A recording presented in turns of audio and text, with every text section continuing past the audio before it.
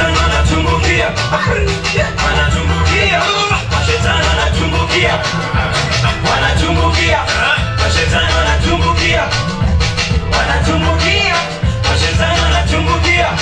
Haya njoni tulicheze ngoma, njoni tulicheze ngoma, haya njoni tulicheze ngoma, njoni tulicheze ngoma. Raha jipe mwenyewe ndani ya Yesu namna hiyo. Haya njoni tulicheze ngoma. Yule ambaye haimbi basi ndiye mchawi wa mtandao. Haya sasa twende namna hiyo. Haya twende. Twende mai. Twende. Cheza we cheza, sione haya we cheza, cheza we cheza, sione haya we cheza, ruka we ruka, sione haya we ruka, ruka kama uoni haya, sione haya, raha utasema mwenyewe ndani ya Yesu mwenyewe, sione Yesu ndani, cheza we cheza, sione haya we cheza, ruka we ruka, sione haya we ruka, ruka we ruka, sione haya we ruka. Njoni tulicheze ngoma.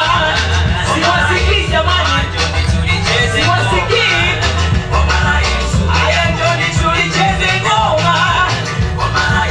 Haya siwasikii. Ngoma la Yesu. Haya ngoma la Yesu. Siwasikii hata siwasikii. Haya njoni tulicheze ngoma.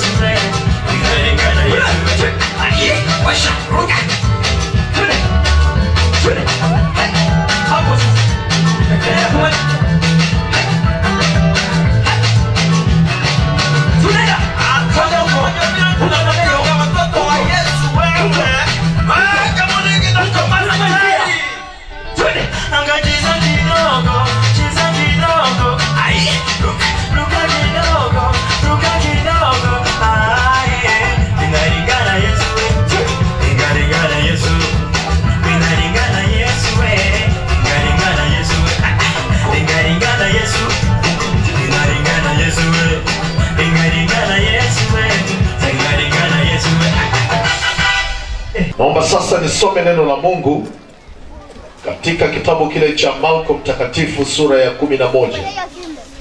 Leo niende polepole.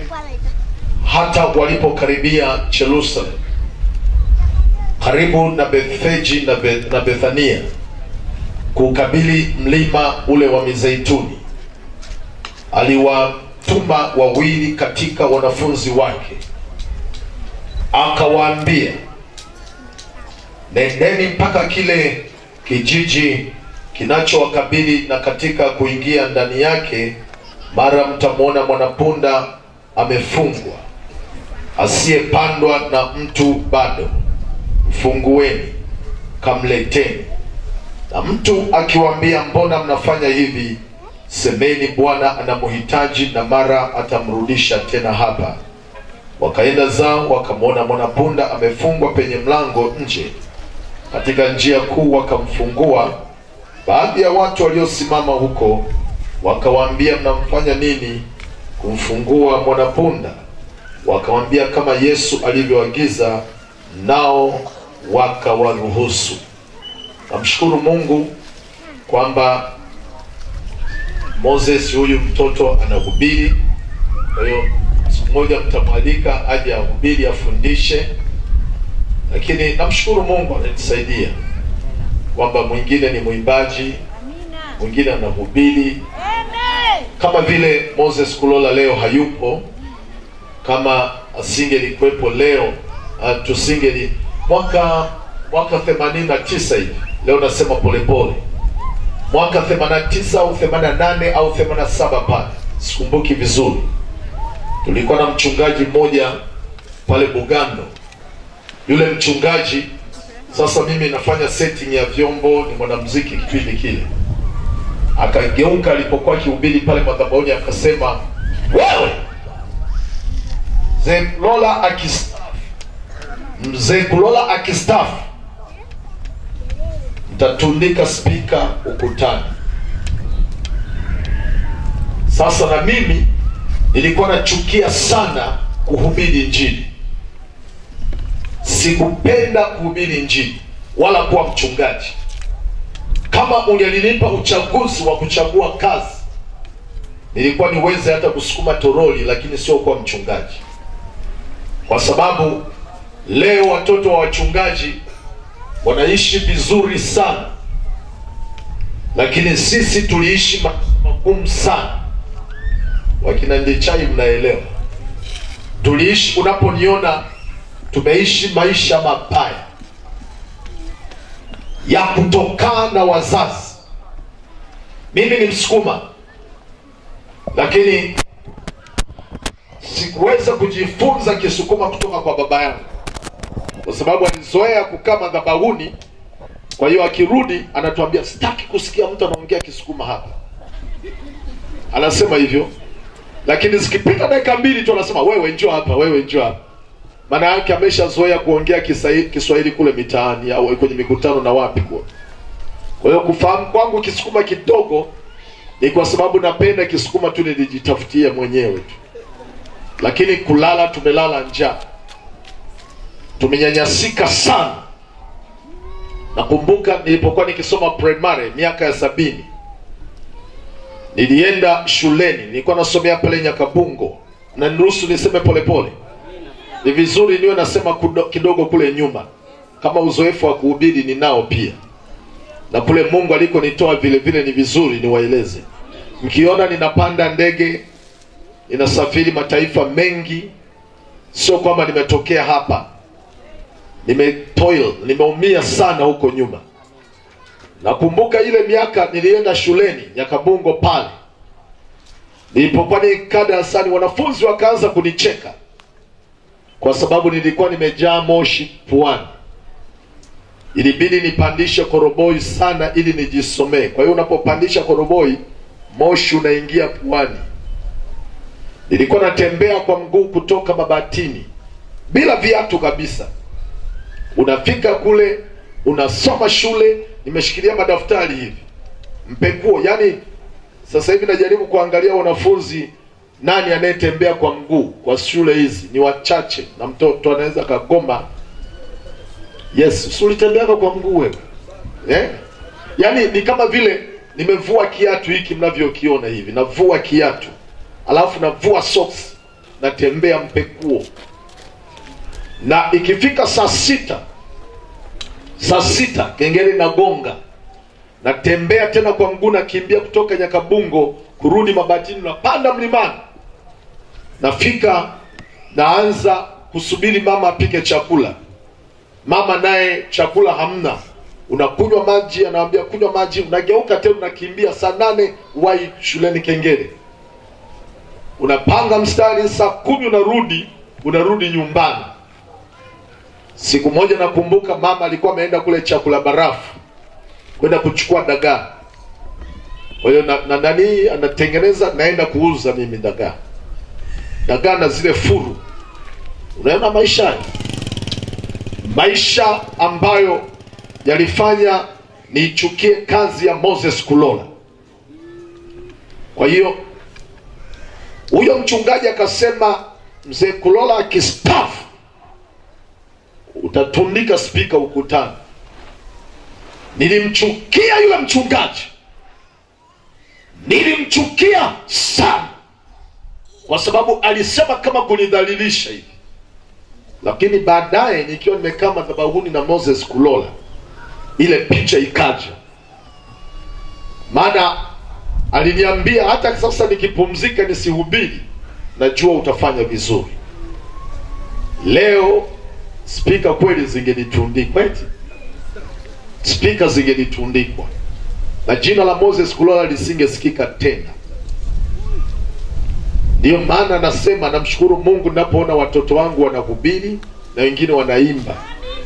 Sio rahisi watoto wachungaji wanaoishi maisha magumu wao watumishi wa Mungu. Sio rahisi. Wananyanyasika. Waombee watoto wa wachungaji. Na pia muwapende. Ni nafsi tofauti na ya mchungaji. Naye mtoto huyo lazima akutane na Mungu wake kwa wakati wake. Amina. Sio kama mtoto wa mchungaji akikosea mnaanza kusema, watoto wa wachungaji. Watoto wa wachungaji na wewe sio ni mchungaji. Mbona wewe umeokoka watoto wako hawajaokoka? Yale yanayofanyika kwako yanaweza kufanyika pia kwa mchungaji. Na kwa mchungaji ni zaidi. Kwa sababu pepo, shetani, nguvu za giza, kama mlivyoona hapa jana pepo walivyokuwa wengi, nafikiri wanafurahia. Hawawezi kumwingia mchungaji. Watapitia kwenye nyumba yake kumfuruga. Watoto watakunywa madawa ya kulevya. Watoto wataleta mimba nyumbani. Watoto watakuwa walevi. Na kanisa litainuka juu ya mchungaji. Utasema kwamba hatufai. Lakini kumbuka, na kwako inaweza ikatokea. Kwa hiyo namshukuru Mungu sana. Moses Kulola amelala. Nilikuwa natoka nchi ya Denmark siku moja kuhubiri Denmark, nchi za Scandinavia. Nikaenda kumsalimia baba Capri Point. Nilipofika pale akasema, mwanangu, sasa utaenda na nchi ambazo mimi sijafika. Amina. Utabarikiwa, utaenda mbali. Amina. Na yale maneno kweli ninayaona leo. Amina. Jina la Bwana Yesu libarikiwe. Nitasonga. Amina. Nitasonga, hakuna mtu akunizuia. Nitasonga mbele. Na nasema hivi, nitasonga mbele. Na wewe endelea kuniombea Mungu anisaidie. Kazi naofanya, kazi ya kichungaji ni kazi kubwa.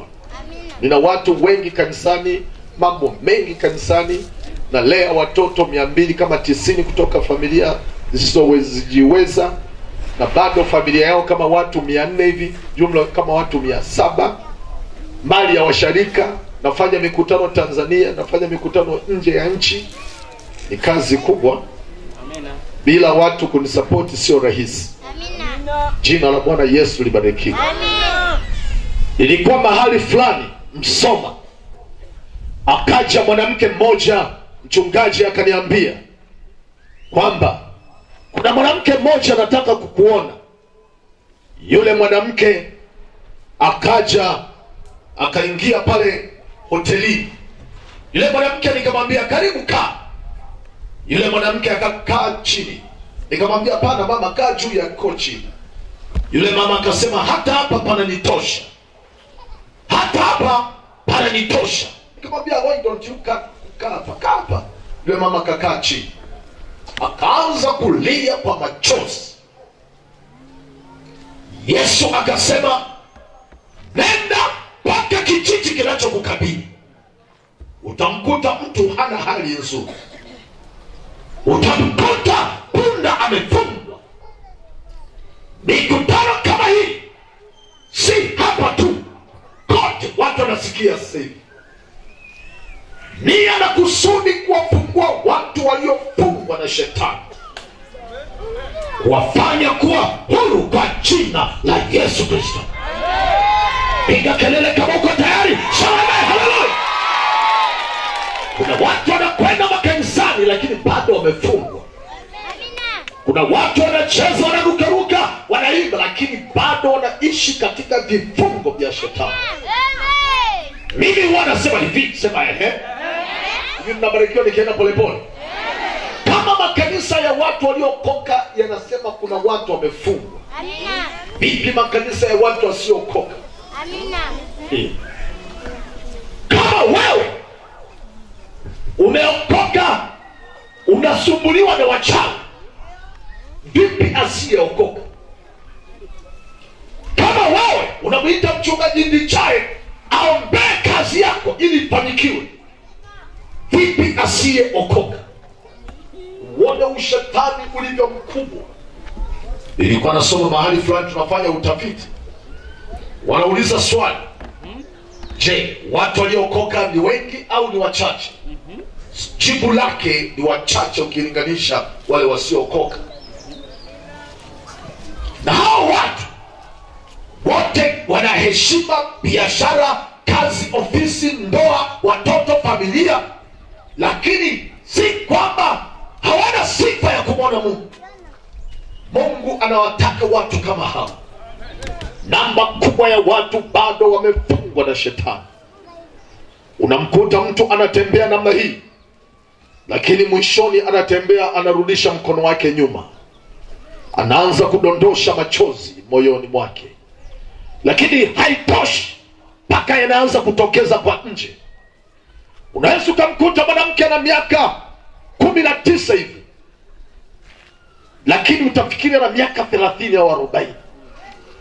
Maziwa yalishaanguka mpaka yameshuka hapa. Hata nywele alishasahau kuchana.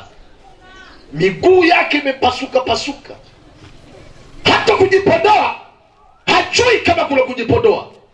Anatembea, anafika mahali haijui, anaanza kutembea anaenda hivi. Miaka 19. Unaweza ukamwona mwanaume inabidi aondoke tu nyumbani, amwambie mke wangu natoka kwenda kukibarua, lakini hana kibarua. Anatembea tu, hana haba. Yani akifika akiongea na wewe, akimaliza anasahau alikuwa anaenda wapi. Anaenda tena hivi. Nakatiza. Shetani yuko kazini. Kama shetani yuko kazini, na sisi Biblia inasema amka unayesinzia, na sisi lazima tuingie kazini kuwafungua wote waliofungwa na kazi ya shetani. Sema amen, haleluya. Kama unampenda Yesu sema amen. Kuna watu wamefungwa mpaka sasa, hawawezi kutoka, na shetani ameendelea kuwakamata. Na mtambua mmoja tu, jina lake anaitwa Yesu Kristo. Ndiye amenituma kutoka kule nakotoka. Anasema nenda mpaka kijiji kinachokukabili cha Mkolani. Utamkuta yupo mwanamke amefungwa. Utamkuta kijana amefungwa. Utamkuta mtu anaishi katika laana, mikosi, kutopendwa. Anafanya biashara haifanikiwi. Anatatua ndoa haitatuliki. Utamkuta mtu ambaye anachukia kulewa, lakini anajikuta yuko kilabuni. Utamkuta mtu ambaye anajua ukimwipo, lakini anajikuta amegawanwa na wanawake. Nenda mpaka kijiji kinachoka watu waliotoka waseme amen, haleluya. Nenda mpaka kijiji kinachokabili. Yupo mtu ambaye akipiga magoti, maombi yake sio ya kusema asante. Mambo yake ni ya kulia tu, Mungu niondoe kwenye aibu hii. Wewe ukila chakula ukashiba ukalala, kuna mwingine anatafuta makapi yatapatikana wapi. Wewe ukisema mimba hii imeingia kwa bahati mbaya nikaitoe, kuna mwingine anawaza kwenda Sekotule akaibe mtoto asawazishe ndoa yake. Amen. Vifungu. Huyu mwanamke akaniambia, mimi ni mwanamke nimekusikia. Nilikuja Tabora Shinyanga. Nilipofika Shinyanga nikakutafuta. Nikaambia huwezi kuniona, siwezi kukuona. Leo nimesikia kupitia ndugu yangu ambaye yuko Msoma kwamba uko hapa. Nimefunga safari kutoka Shinyanga, nimekuja, naomba unisamehe please. Yule mwanamke anamuuliza vipi? Akasema mimi nimeolewa na mwanajeshi. Tulikuwa tunakaa Zanzibar, na baadaye tukahamishwa Shinyanga, pale Old Shinyanga. Nikafika Shinyanga, nikapata mtoto wangu akiwa na mwezi kama mmoja hivi. Baada ya mwezi mmoja na zaidi, akiwa na miezi kama 3 hivi, mtoto wangu akakatika ghafla, akafa kifo cha ghafla. Alipokufa ghafla, watu wakanifuata wakasema hii ni Shinyanga. Wezi kuishi bila madawa ya kiganga, ulinzi na nini. Napenda nikutangazie hivi, unaweza ukaenda kwa waganga wa kienyeji na bado anakusalaga nini? Salago. Na bado unaamka nywele zimenyolewa, na bado unaamka alama zipo. Waganga ni waongo. Waganga wa kienyeji wote wanaopiga ramli wote ni mashetani. Watasema amen, haleluya, ni mashetani. Usiende kwa mganga wa kienyeji. Kama daktari wa hospitali ya serikali akishindwa, geukia kwa Mungu anitai, utamkuta ana wajibu yako. Sema amen, sema amen, piga kelele amen. Usiende. Najua unapitia wakati fulani, yule mwanamke akaambiwa ni Mkristo kwanza kama wewe, anaabudu kanisa kama wewe, kusalimia Bwana asifiwe sio issue. Unaweza ukasalimia Bwana asifiwe lakini ni mchawi. Unaweza ukasalimia Bwana asifiwe una mwanamke wa nje. Najua huwezi kusema amen kwa sababu ndivyo ulivyo. Unaweza ukasema Bwana asifiwe unakunywa pombe kwa kujificha. Na ukisikiliza neno unasema leo ninaacha, lakini jioni unajikuta unaenda tu. Kuna kifungo kimekufunga. Unaoza kuangalia ng'ombe, sema ng'ombe. Ng'ombe anatembea. Ng'ombe hajui anaenda wapi, lakini amefungwa kwenye mguu. Kale kama mtu kalikomfunga pengine kamevaa ndala za pinki na kijana, hakajasoma, lakini kanamvuta yule ng'ombe, ana nguvu kuliko yeye. Kakikatiza, akisimama ng'ombe anasimama, akienda kanaenda naye. Kama mtu wako kanampeleka. Lili ng'ombe likipiga lila mbetu, kanaanguka chini, lakini kameshikilia kamba kanampeleka.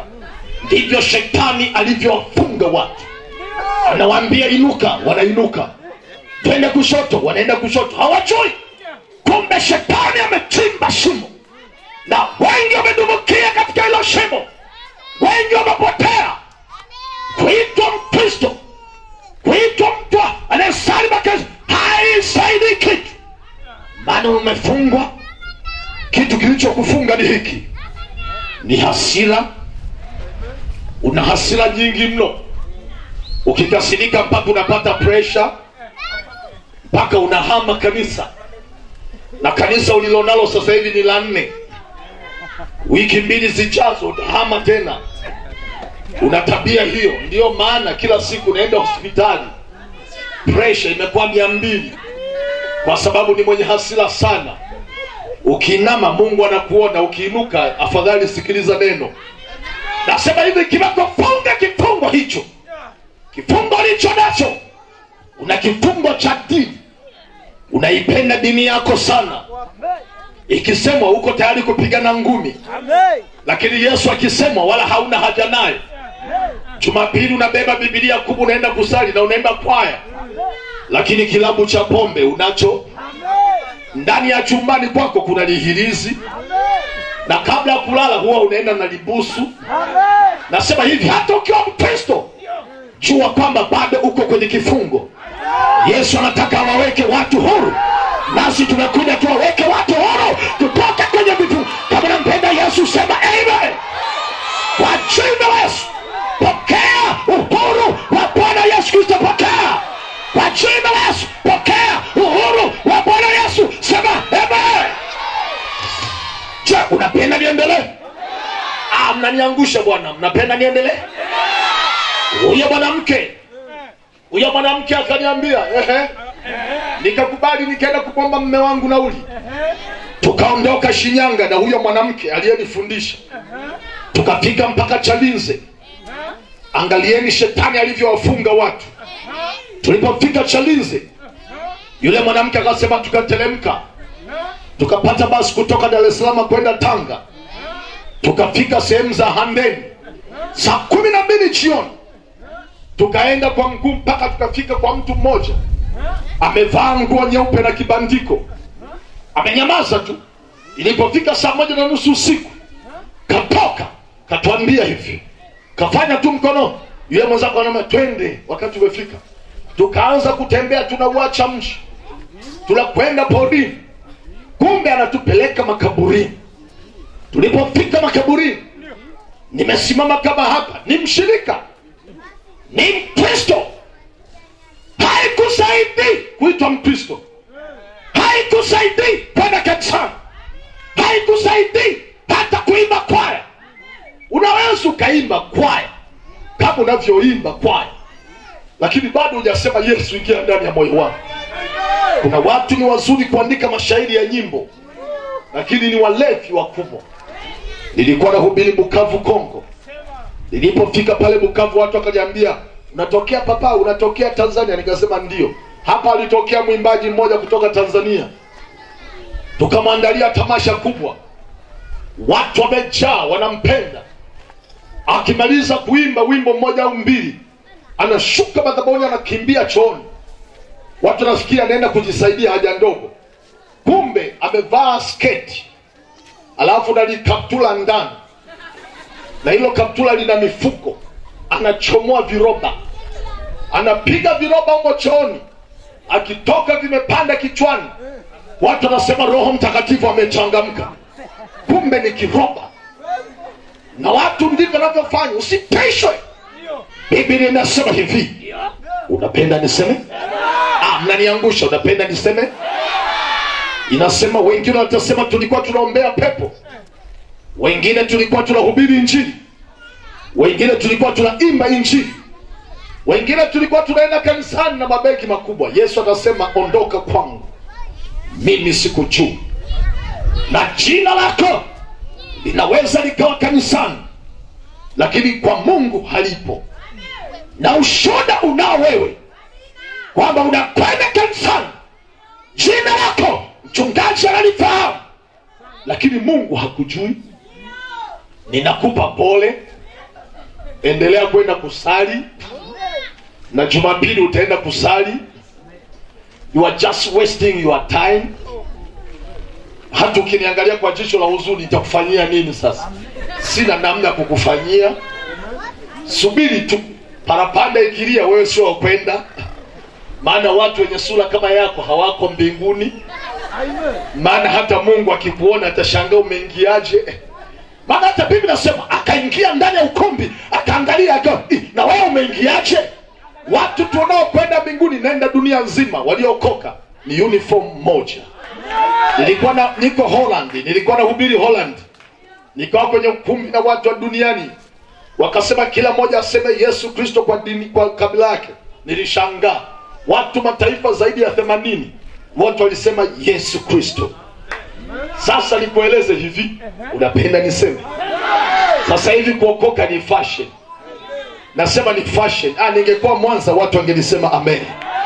Ni fashion. Ndio maana nataka watu unapotembea unatembea kwa maringo sana. Mwanamke tumia wakati wako kuweka wanja, alafu unajipaka vizuri. Unakuta mtu anakubiri madhabahu, so wanja ni dhambi, una matatizo hujui. Jipambe vizuri, pendeza. Wewe fikia mama mchungaji huyu ana watoto wakubwa, yamkini na wachukuu sijui. Wachukua asingekuwa anajitunza, singekuwa nikafurumbate mbute. Lakini sasa anajipenda, kanaonekana ni kasichana kazuri. Ulokole sio kujiachia namna hii na kutembea miguu yote ya kushoto. Hapana, Bwana ametuita tupande ngazi, tubarikiwe, tuinuliwe. Usiposema amen utashangaa. Piga kelele amen, haleluya. Watu wanataka kumuona Mungu wetu.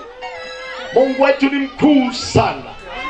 Ana nia ya kutuweka mahali pa juu sana. Kama unaamini sema amen. Jipambeni vizuri. Na ukiwa huna hela ya taksi, ondoka asubuhi, tembea kwa mguu. Usipende kupanda pikipiki, itakumaliza meno. Tembea tu polepole, utafika kanisani. Na ushauri wangu, anza kujipodoa saa 10 asubuhi. Jipodoe tu, washa taa, unajipodoa kidogo, unaangalia afu unarusha nywele afu unajichekesha. Unaangalia alafu unatembea kama unataka kutoka. Ili ukitembea barabarani sema ehe. Watu waseme kwamba huyu mwana amebadilika. Sasa alikuwa amechaka watamwambia hivi, siku hizi ameokoka. Hauonagi makanisani siku hizi tukiambia njoka kanisani, sina nguo ya kuvaa. Wanajua kwa walokole ni mambo super. Nakupa hiyo ushua, sema kwa sauti amen. Sema amen, haleluya. Unasema hili kanisa sasa hivi nimejenga, ilikuwa ni kanisa, nasema kanisa la maskini. Sasa hivi atasema kanisa la matajiri, mpaka nitafute nguo. Mungu lazima tutoe hatua baada ya hatua, na hilo ndilo analokwenda kulifanya kwako, akikufanya kuwa huru. Ungekuwa pamoja na mimi ungelisema amen. Ongeza tena sauti yako, sema amen. Haleluya. Na kushauri kwa jina la Yesu ufanye hivi. Unapenda niseme? Unapenda niseme? Paka kuwa huru. Paka kuwa huru. Unaweza ukawa unasali lakini sio huru.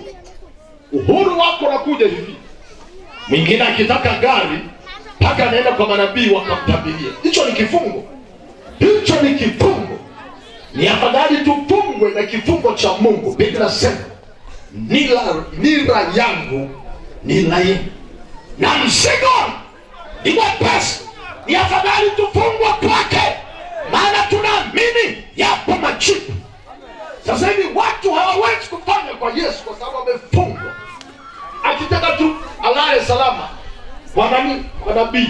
Amefungwa kwako. Akifika toa shilingi 500 au maji, na maji yale ni ya maiti. Mamaiti au makahaba wanaolala na wanaume na wanawake kule, wakioga ndio watu wanachukua na kunywa maji ya baraka. Unajua kwa nini watu wakinywa yale maji au yakikugusa wanaanguka? Kwa sababu yametengenezwa mambo ya majini. Kwa hiyo jini likirushiwa kama limo ndani yako lazima lireact. Ndio unaona watu wanaanguka. Mimi naamini hivi, maji yaliyo hai ni Yesu Kristo pekee yake. Sema tena amen.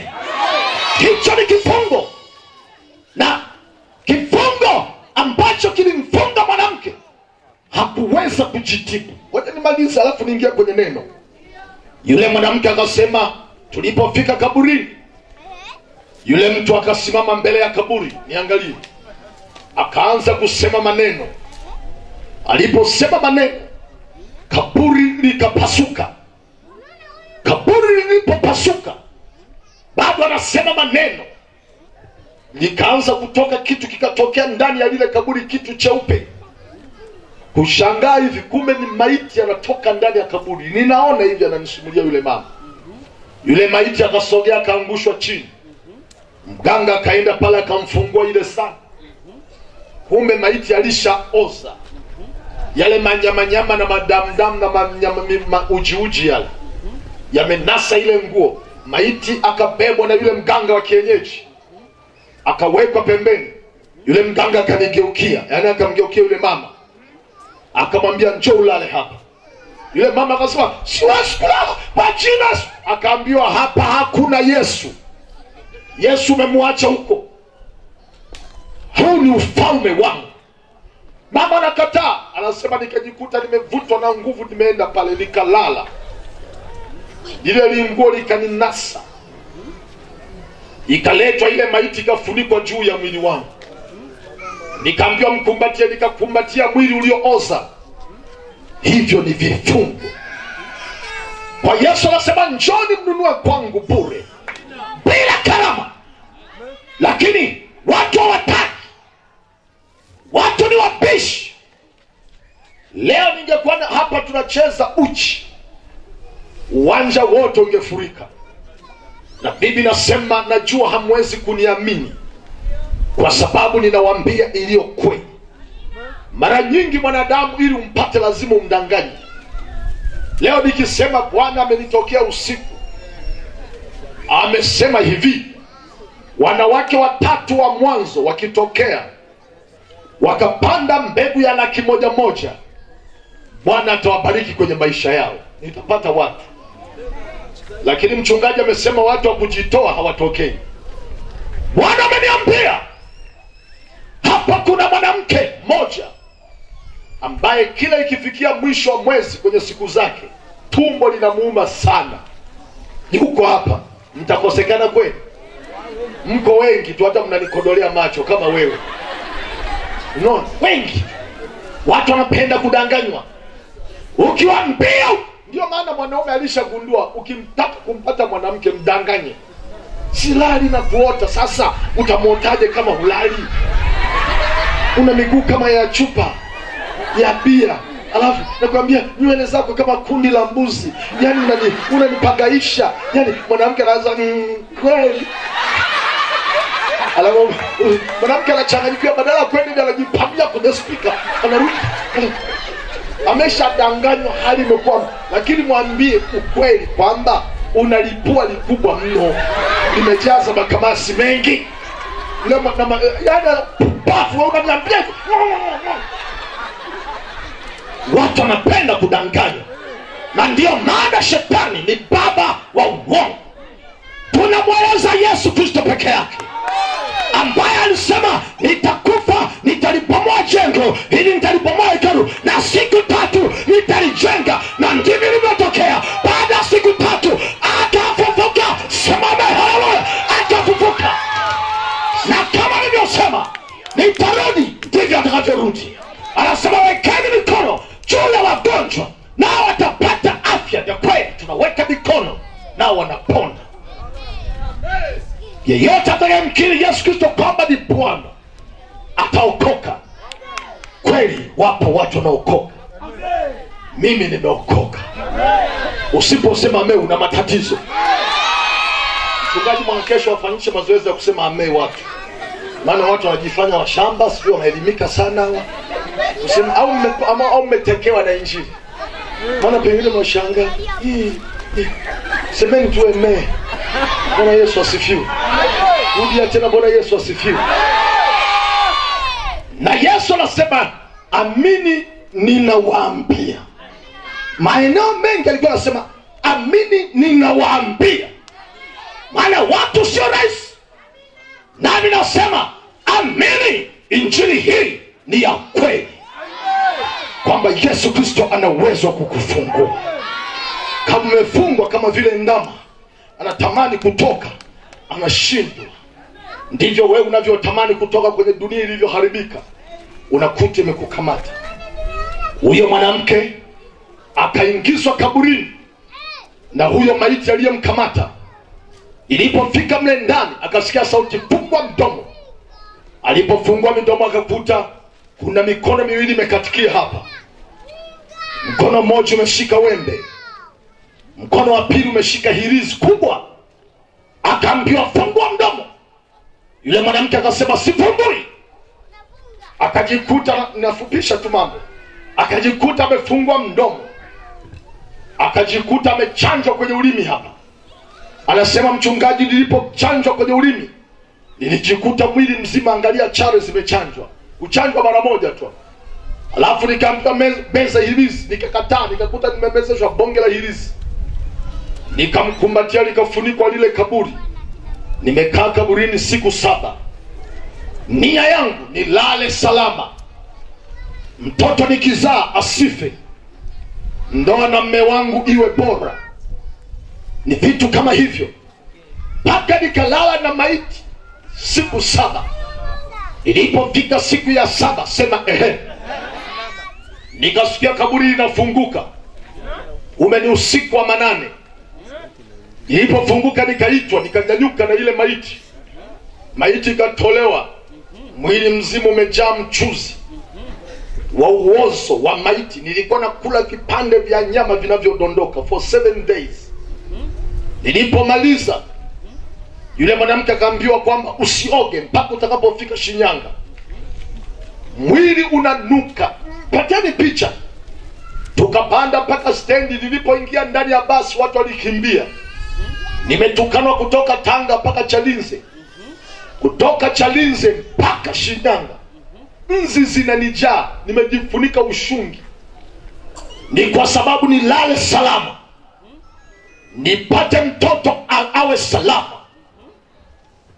Na ndio maana hata Yesu anasema Bwana asipokulinda wewe, Bwana asipoyajali maisha yako wewe, watu wanaosumbuka, unasumbuka bure.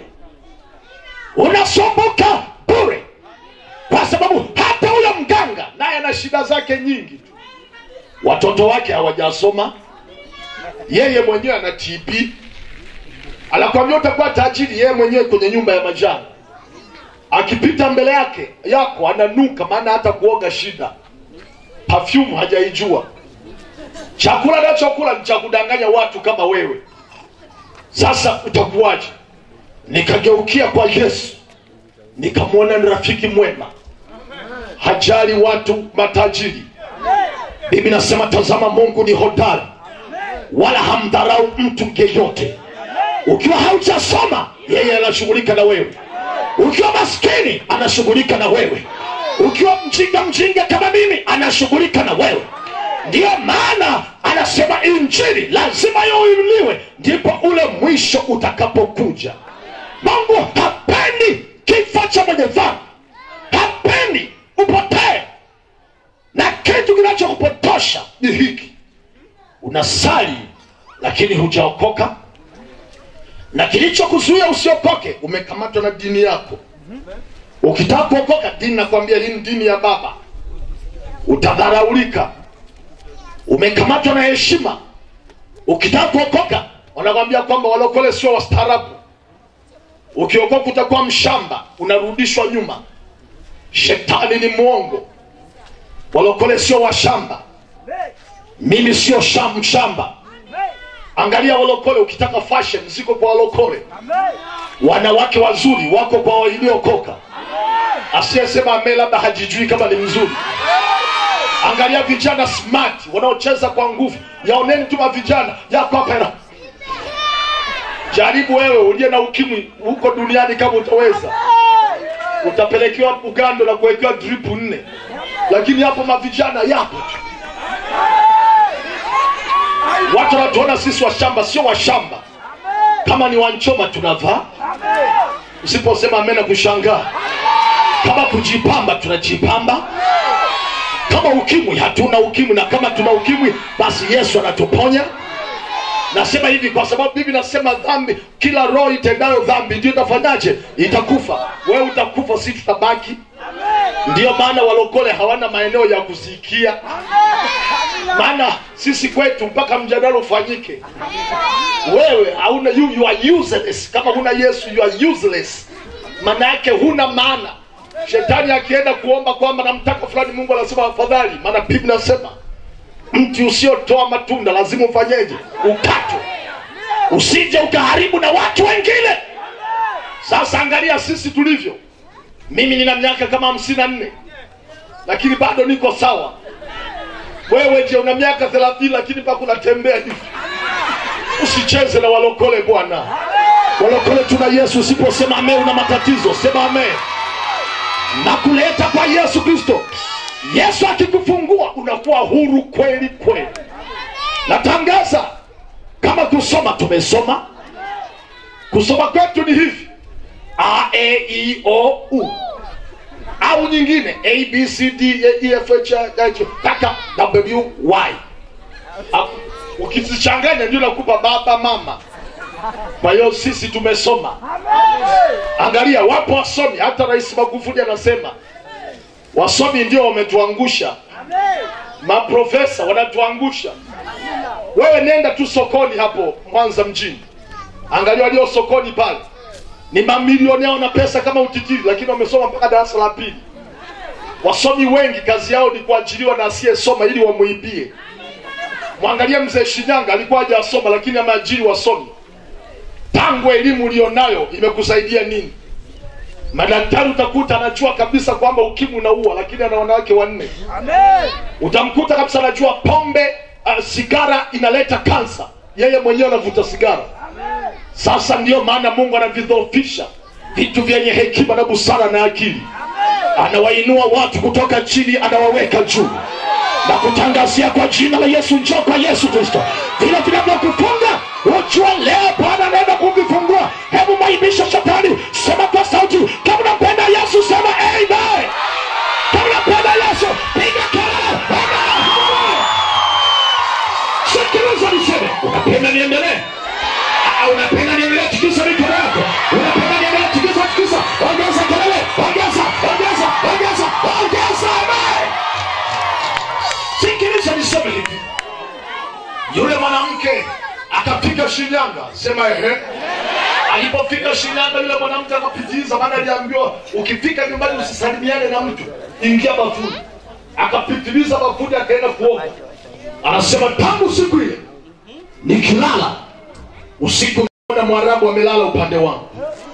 Wakati mwingine anakuja yule Mwarabu anamsukuma mume wangu pembeni, alafu analala na mimi. Tangu ameanza kulala na mimi sina mahusiano na mume wangu. Tunapigana mangumi kama wewe unavyopigana na mume wako. Uelewi unapigana kwa sababu gani? Kumbe kuna jini la mahaba liko hapo katikati. Na anasema kuna hirizi moja inapanda, maana nimezeshwa mbili. Moja inapanda kutoka chini na nyingine kutoka juu na kuteremka chini, zinapishana all the time. Na kuzaa sasa sizai. Nisaidie. Nimejaribu kila, lakini shetani amenikamata. Yesu anasema katika kile kijiji cha Bethphage. Maana ya Bethphage ni mahali ambapo mizeituni imeiva lakini hakuna mvunaji. Maana ya pili ni maeneo ambayo mizeituni haina mazao. Na maana ya tatu ni mahali ambapo mtu anajificha akidhani haonekani, kumbe anaonekana. Maana ya mzeituni uko tayari. Sasa hivi watu wanataka injili ya Yesu. Amen. Mahali popote tunapoenda tunakuta maelfu. Jumapili tumemaliza mkutano pale Sabasaba, maelfu ya watu. Amen. Na hapa angalieni, naona nyie wote mna heshima zenu. Amen. Lakini angalieni mmekaa chini. Makochi mmeacha nyumbani. Amen. Wengine mmekwepa hapa all the time kuanzia saa 9. Sio kwamba hamna kazi, sio kwamba hamna viti, ni kwa sababu kiu na haja ya neno la Mungu imo ndani ya mioyo yenu. Sasa hivi ukikataa, mtu mmoja akimkataa Yesu, watu 10 wanamtaka Yesu. Mpaka nchi za Kiarabu wanamtaka Yesu. Wewe unaweza ukamkataa kwa sababu una kibanda cha sigara. Una kibanda cha kuuza soda. Unatembea mkolani hapo unadhalilisha watu. Walokole wa majinga maskini. Wewe utajiri wako ni nini? Shuka yenyewe hiyo ni nyeupe, ambayo imechora kaishara ka moyo. Ndio inakufanya utembee kifua mbele. Na unapojifunika shuka nyeupe ujui maana yake. Maana yake unajiandaa kwenda kufa. Kitanda ni mfano wa jeneza. Na wewe mwenyewe unajifunika ile sanda. Sasa unajifunia nini? Malokole maskini, sigara, kuuza soda ndio utajiri. Wapo walokole wanatikisa, lakini wanatetemeka mbele za Mungu. Kuna marais waliokoka. Ningekuwa Lumala watu wasema amen. Kuna matajiri waliokoka, wabunge, marais. Angalia rais kila wakati anasema niombeeni, Rais Magufuli. Niombeeni. Kwa nini anasema niombeeni? Kwa nini asiseme nipelekeni kwa waganga, nitafutieni waganga waje? Wafalme wa zamani mambo yalipoharibika walisema kaniletee waganga waje niulize. Na mpaka mtu mmoja alikosea, Sauli akaenda kuuliza kwa waganga, akainuliwa mfano wa Samuel, akafanya mambo ya rambi. Ule ni mfalme. Wapo wafalme wengi wanafanya hivyo, lakini mfalme mwingine anasema nataka kwenda kupigana, kaniulizieni Mungu anasemaje. Watu wanaenda kuuliza. Ndivyo alivyo rais wetu Magufuli. Kila jambo anasema niombeni, maana anajua nguvu na uwezo wa Mungu aliye hai. Watu wasiposema amen, maana yake hao ni wanasiasa. Nasema hapa sio siasa, tunasema kweli, sema amen. Haleluya. Huyo Mungu ni wa ajabu. Anawataka watu wote. Anakutaka wewe. Ndio maana kiu imejaa.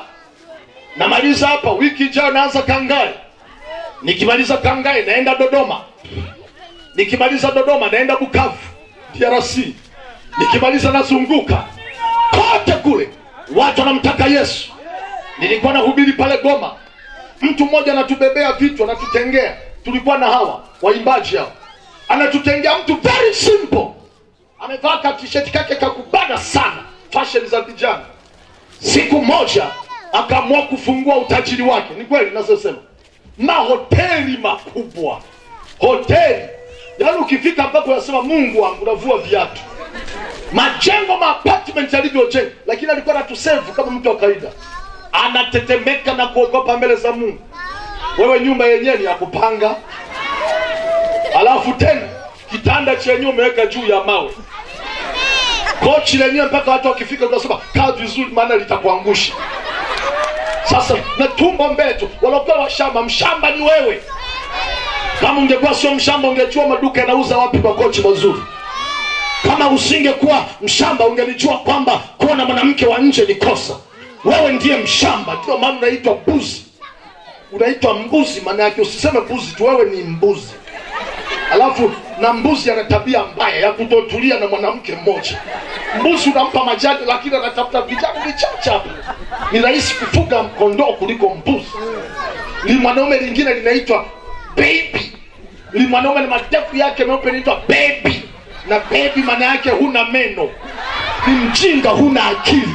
Ukiacha unajisaidia hapo. Ndio maana kwa kuwa huna akili umetelekeza mke wako na watoto. Wala huna akili. Natangaza wewe sio baby. Umeshakunywa maziwa, umeshakomaa, umeshachua mema na mabaya. Ndio maana tumejua kwamba shetani si msaada kwetu. Tunajua Yesu Kristo ndiye wajibu wa maisha yetu. Kama unampenda Yesu, piga kelele, piga kelele, haleluya. Maipisha shetani, sema amen. Usipende kuitwa majina kama hayo. Oh baby, unafurahi, hey baby, maana yake huna akili na kula vyako. Mwanaume Arusha ana hoteli zake, nyumba nzuri, lakini amechukua na mwanamke anaenda kukaa kwenye nyumba, wana chumba kimoja anapikia humo ndani, nyumba ya shilingi 100 si 200. Amefungwa kitaka kutoka anarudi anashindwa. Hapo ni mwanamke limemkamata. Hapa Mwanza penye kuna mtu mmoja na hoteli kubwa lakini alienda kufia kwenye guest house. Ya mtu mwingine ka guest ka shilingi 5,000. Umefungwa. Lakini kuna kiu. Kuna mzabibu usiozaa. Mzabibu ni mtu ambaye hataki habari za wokovu. Atakatwa. Lakini la mwisho watu wanajificha mle Bethpage. Kama wewe ulichojificha. Pambio unaimba lakini umefungwa. Unafikiri watu hawakuoni. Kumbe watu wanakuona. Una mwanaume kwenye simu. Mungu anakujua. Unaposema ngoja nifute namba yake, unasema basi itafuta kesho. Hicho ni kifungo. Ndio maana simu ikilia unakimbia chooni. Kwa nini unakimbia chooni? Kwa sababu unajua ni dhambi. Lakini bado unarudishwa na ile kamba. Yupo mtu amefungwa. Mwanaume na sura yako iliyo nzuri. Umefungwa na kahaba. Hata ukiniangalia mikono umeshikia, kwani utanifanya nini? Ukitaka kunisogelea wapo makomando watakuzuia hapa. Alafu nikikunyoosha mkono utaanguka huko chini. Lakini ukweli lazima message already been sent. Imefika kwako. Kazi yako ni kwenda sokoni. So stand unakula nyama, watu asubuhi wanakula supu ya kuku na chapati 4 na mandazi 2. Tena na pilipili pembeni. Alafu mchana anakula wali, kisamvu, nyama na maharage na maziwa ya mgando. Jioni anapita kwenye mishikaki. Anarudi nyumbani wameachia shilingi 500. Dagaa mpaka mwili mwanamke unapotembea na nuka dagaa. Alafu unamwambia kwamba hiki chakula gani wakati ulimwachia shilingi 2,000. Pesa zote zinaishia kwenye ulevi. Pesa zote zinaishia kwa wanawake. Hicho nacho ni kifungo. Watu wengine huwa wanaambiwa wanakubali. Kama alivyoambiwa punda atakubali. Na Biblia inasema huwaokoa waliopondeka mioyo yao. Mtu anayejitambua kama yule Luka anavyosema. Biblia inasema Kiingereza inasema when he realized, alipotambua wala hakubiriwa. Mtu anapojitambua ni rahisi kubadilika. Leo ujitambue kwamba umekamatwa. Watu wanasema wewe mwanamke unanijibu vibaya. Wewe mwanamke ujitunze. Wale wanaojitunza huko barabarani wao wako kazini. Wanazungumza macho mpaka yanapanda juu kama maramalienge mengine analembua. Yule yuko kazini. Huyu wa ndani ni mama watoto wako. Ndiye anayekupa heshima katika mji hapa. Unapotembea barabarani unaonekana unaheshimika kwa sababu ya huyu unayemdharau.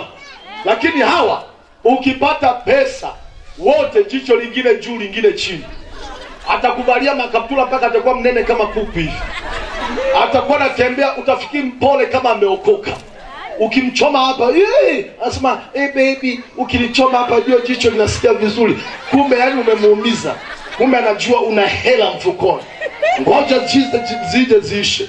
Ikiisha hutamwona. Lakini yule mwanamke unayemdharau, ukilala kitandani anaumwa, ndiye atakayekugeuza. ndiye atakaye kuosha, ndiye atakaye kuwekea mkono, ndiye atakaye kimbilia kwa ndichai kusema mume wangu yuko hali mbaya. Leo umemchakaza, alikuwa na maziwa madogo, sasa hivi ameanguka kwa sababu una ndoa ya miaka 10, watoto 7, kila kipindi unaongeza tu. Umemchakaza, alafu leo unamwona hafai. Wanawake wa nje wamekufunga. Yesu anasema utamkuta mwanamke, utamkuta kijana, utamkuta mwanaume amefungwa. Agizo ni moja tu, mfungue kisha umlete hapa, nami nakufungua kwa jina la Yesu na kupeleka kwa Yesu, maana Yesu ana kazi na wewe. Yesu ana kazi na wewe. Piga kelele, Yesu ana kazi na wewe. Kila mtu aliyeokoka ana kazi. Hatujaita sisi kupasha joto viti. Kila mtu ana kazi.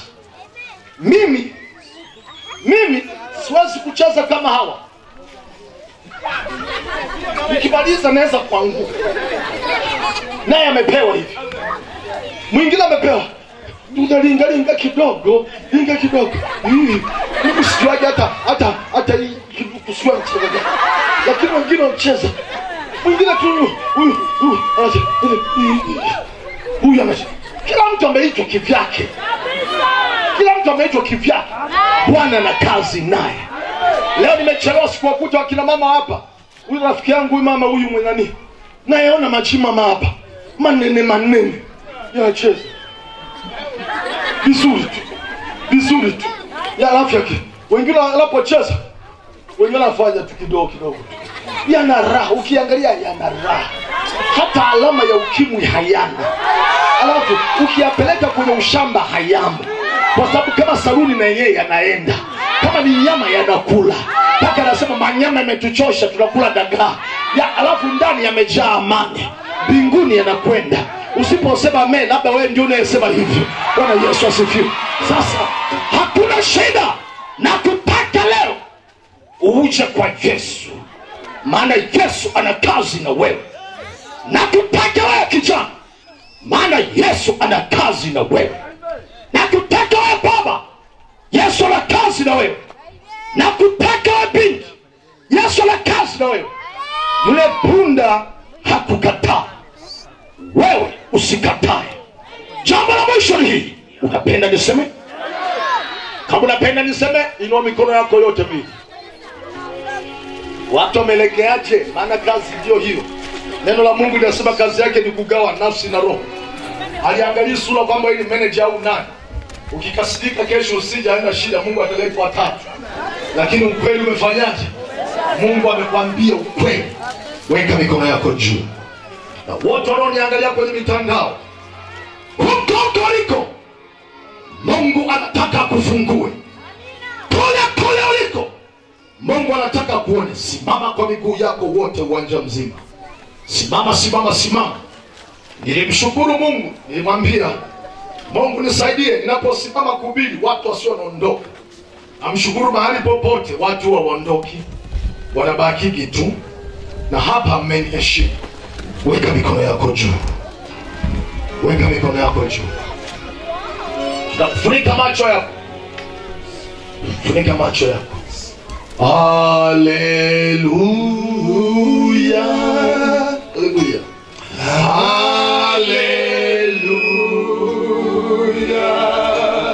Kiwezekana utoka kwenye miti.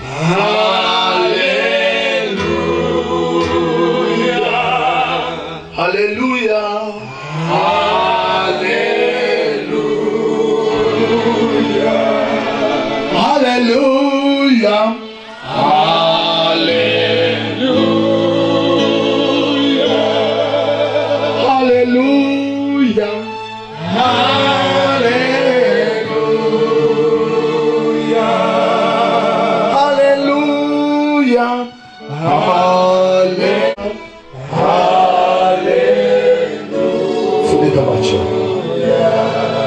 Asante Yesu.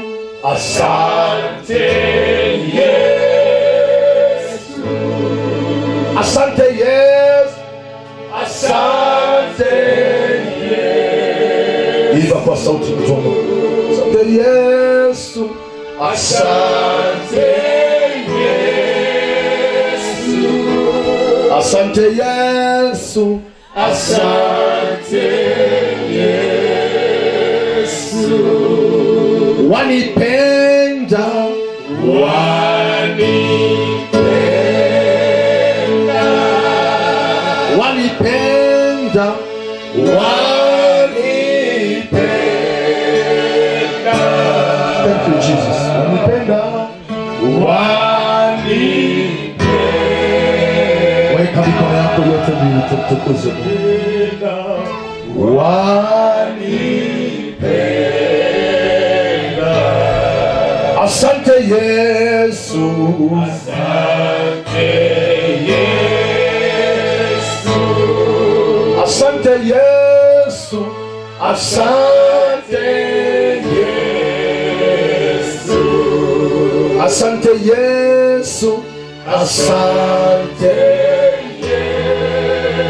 Yesu, asante Yesu, asante Yesu. Tulia, funika macho yako.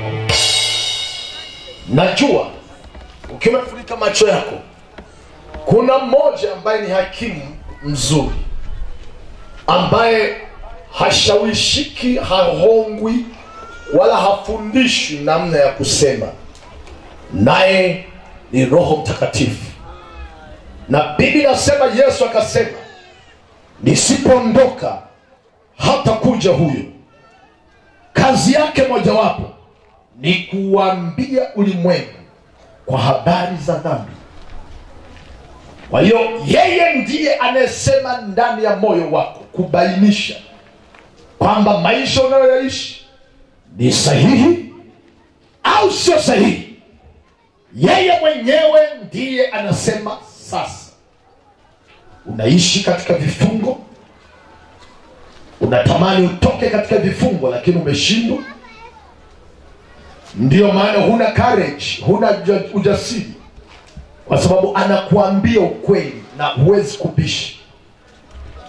Na huyo ndiye amenituma kwako nikusaidie. Vitu vya duniani hivi vyote vinavyokuvuta, Biblia inasema vipo na vitapita.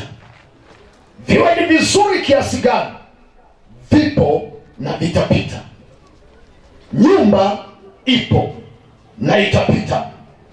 Fahari ulionayo ipo na itapita. Na ikipita, Biblia inasema Mungu anafuta lile kumbukumbu, kama vile upepo unavyopeperusha na kupeperusha na kuondoa mawingu yasionekane. Utafuta kumbukumbu lako, haitasikika tena kama ulikuwa na kitu au wewe ulikuwepo katika dunia hii. Lakini neno la Mungu linadumu milele na milele.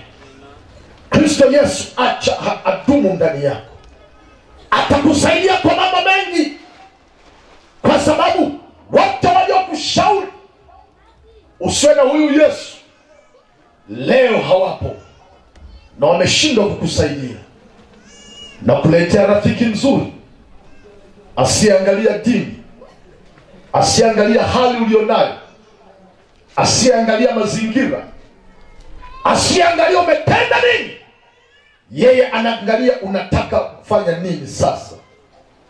Biblia inasema anachagua kutokumbuka mambo yako. Anachagua kutokumbuka. Na mambo yako yote Biblia inasema atafuta, na atakata ile minyororo ya vifungo vyako vyote. Biblia inasema Bwana akiwaweka huru, hakika kweli kweli mtakuwa huru. Funika macho. Shusha mikono yako chini. Funika macho. Wewe ambaye unataka nikuombee, na mshukuru Mungu zimebaki siku 2, kesho na Jumapili. Leo imepita, itumie vizuri. Kuja kuniona tena hapa ni kama miaka 5, maana nilihubiri hapa chini ya mti. Miaka mingapi imepita? Karibu 5 imepita. Kuja kuniona hapa tena miaka kama 5 tena. Tumia nafasi hii. Yule ambaye anajua amefungwa na anahitaji Bwana amfungue, wala sitakuuliza umefungwa nini. It is you na Mungu. Nyosha mkono wako juu nikuombee. Weka mkono wako juu. Asante. Weka mkono wako juu. Mimi sikuulizi. Weka. Na Mungu anakujua kabisa. Wewe ambaye hujanyosha, Mungu anakujua kwamba unaogopa sura ya watu. Na Biblia inasema tena, afichaye dhambi yake au afichaye vifungo vyake, afichaye jambo ambalo limehubiriwa na amelificha, Biblia inasema hatafanikiwa. Usidhani utafanikiwa katika kuficha, lakini anayeviweka wazi, anayeviungama, anayevipeleka kwa Yesu, atapata rehema. Asante uliyeweka mkono wako juu. Weka wima ni uombee mkono. Bwana Yesu, hawa ni watu ambao wamenitoa Kiseke kunileta hapa ili niwafungue wawe huru. Kwa jina lako Yesu Kristo, naomba mfungue huyu mama, baba, kijana, binti na kijana wa kiume. Wafanye wawe huru, ili hata kama leo usiku kaja, wawe ni miongoni mwa watu watakaotwaliwa. Maana hawana guilty, hawana shtaka, hawana hukumu ndani ya mioyo yao. Weka mkono wako juu. Sasa wewe uliyeweka mkono wako juu, ninaomba usiushushe mkono. Kama utaushusha, ulikuwa unafanya dhihaka, maana yake ulikuwa unamdharau Mungu. Lakini kama ukibakiza hivyo, Mungu anasema, Biblia inasema muheshimuni Mungu hata kama ni kwa mali zenu, lakini muheshimu Mungu kwa tendo kama hilo. Njoo mbele sasa. Njoo mbele. Njoo mbele uliyenyosha mkono. Njoo mbele. Njoo. Usiushushe mkono. Just come here. Njoo uliyenyosha mkono, usiushushe. Naomba uje. Moyoni wangu karibu. Njoo. Tena moyoni mwangu karibu. Yesu, moyoni mwangu karibu. Yesu, haleluya. Moyoni mwangu karibu. Sogea. Haleluya. Moyoni mwangu karibu.